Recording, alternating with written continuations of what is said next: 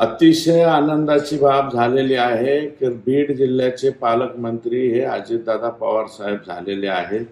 आम्ही पहिल्यापासून मागणी केली होती की राज्याचे मुख्यमंत्री किंवा उपमुख्यमंत्री यांनीच बीड जिल्ह्याचं पालकत्व स्वीकारावं, कारण इथे जे पालकमंत्री म्हणून काम केलेलं आहे त्यांनी पार्शियल काम केलेलं आहे, इम्पार्शियल काम केलेलं नाही।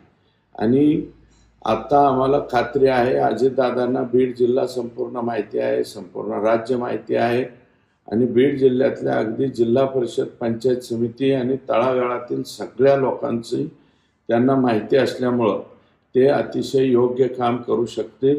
आणि बीड जिल्ह्यातल्या 6 पैकी 4 आमदारांची तशी इच्छा होती आणि ही इच्छा आम्ही ज्या ठिकाणी व्यक्त करायची होती त्या ठिकाणी व्यक्त केली, म्हणून त्यांना संधी दिलेली आहे।